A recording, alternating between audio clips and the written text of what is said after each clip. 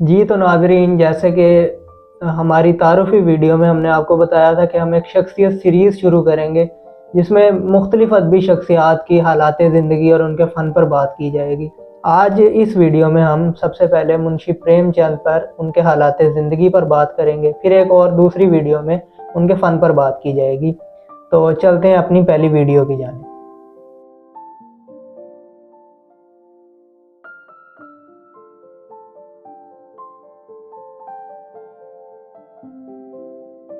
जी तो नाज़रीन, अपनी वीडियो का आगाज़ करते हैं और आज की वीडियो है मुंशी प्रेमचंद के हालात ज़िंदगी पर। तो मुंशी प्रेमचंद का असल नाम धनपत राय था। 31 जुलाई 1880 को ये बनारस उत्तर प्रदेश में पैदा हुए। इनके वालिद का नाम अजायब लाल था, जो कि एक मामूली डाक खाने में मुलाजिम थे। काफ़ी मुश्किल हालात से इन्हें गुजरना पड़ा। 8 साल की उम्र में इनकी वालदा का इंतकाल हो गया, जिसके बाद इनके वालिद ने दूसरी शादी कर ली, जिससे सुतीली माँ के आने से इनके घर में तलखियाँ और ज़्यादा बढ़ने लगीं। 15 बरस की उम्र में मुंशी प्रेमचंद की उनकी मर्ज़ी के ख़िलाफ़ शादी कर दी गई और इनकी जिन खातून से शादी की गई वो इनकी उम्र से बड़ी थी और उनसे इनकी बनी नहीं सही तरीके से। कुछ ही अरसे के बाद, इनकी शादी के कुछ ही अरसे के बाद इनके वालिद का भी इंतकाल हो गया और उसके बाद सुतीली माँ जो इनसे नारवा सलूक रवा रखे हुए थी, और 2 सुतीले भाइयों का बोझ भी इन्हीं के सर पर आ गया और घरेलू हालात मज़ीद मुश्किल तरीन होते चले गए। प्रेमचंद की तालीमी ज़िंदगी के बारे में आपको बताते चलें।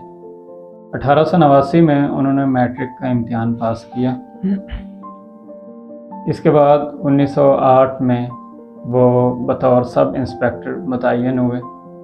1914 में वो बतौर मास्टर भर्ती हो गए और इसके बाद 1920 में उन्होंने अंग्रेज़ी और फ़ारसी अदबियात और तारीख़ के मज़ामीन के साथ BA किया। इसी ज़माना में उनका तबादला गोरखपुर हो गया।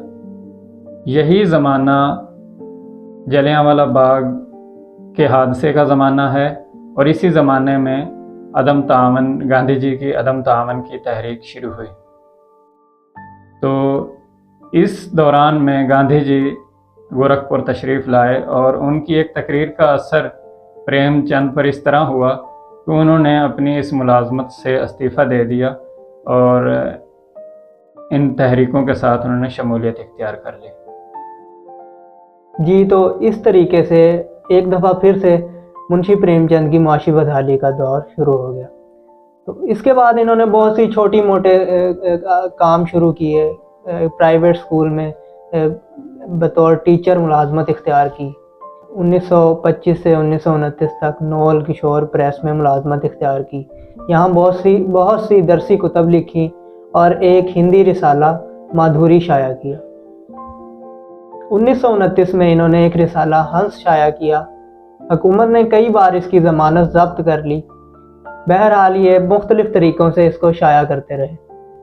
1934 में मुंशी प्रेमचंद को मुंबई से फ़िल्म की कहानी लिखने की पेशकश हुई। उन्होंने फ़िल्म मज़दूर की कहानी लिखी। जब नुमाइश का वक्त आया तो बाअसर लोगों ने मुंबई से फ़िल्म की नुमाइश को रुकवा दिया। उसके बाद लाहौर में इस फिल्म की नुमाइश की गई, जिस पर दोबारा पाबंदी लगवा दी गई। जी तो 1936 में प्रेमचंद ने लखनऊ में तरक्की पसंद मुसन्निफ़ीन के इजलास की सदारत की। वहाँ खुतबा सदारत पढ़ा और तरक्की पसंदी के मंशूर को वाज़े किया। इसी साल वो मुसलसल अलालत में रहने की वजह से 18 अक्टूबर 1936 को इस जहान फ़ानी से इंतकाल फरमा गए। मुंशी प्रेमचंद के अफसानों की बात की जाए तो इनके 11 अफसानवी मजमूए शाया हुए, जिनमें सौदे वतन सबसे पहला अफसानवी मजमूआ था, जिसे उस वक्त की हुकूमत की तरफ से ज़ब्त कर लिया गया था। इसके बाद प्रेम पच्चीसी सादोम, प्रेम बत्तीसी सादोम, ख्वाबो ख्याल, खाक परवाना, फिरदौसे ख्याल और प्रेम 40 इनके मशहूर अफसानवी मजमूए हैं। अब मुंशी प्रेमचंद के मशहूर अफसानों की बात की जाए तो इनमें कफन, हज अकबर, नमक का दारोगा, सबा शेर गेहूँ, शतरंज की बाजी और इस्तीफ़ा काबिल ज़िक्र है। अब हम प्रेमचंद की नावल निगारी पर बात करते हैं। उन्होंने बहुत से नावल तख्लीक किए, उर्दू में भी और हिंदी में भी। हिंदी में उन्हें नावल निगारी का बादशाह कहा जाता है। तो उनके हिंदी और उर्दू नावल की फहरिस्त यूँ है: प्रताप चंद्र, कृष्णा, जलवा एसार, गौदान, निर्मला और चौगाने हस्ती।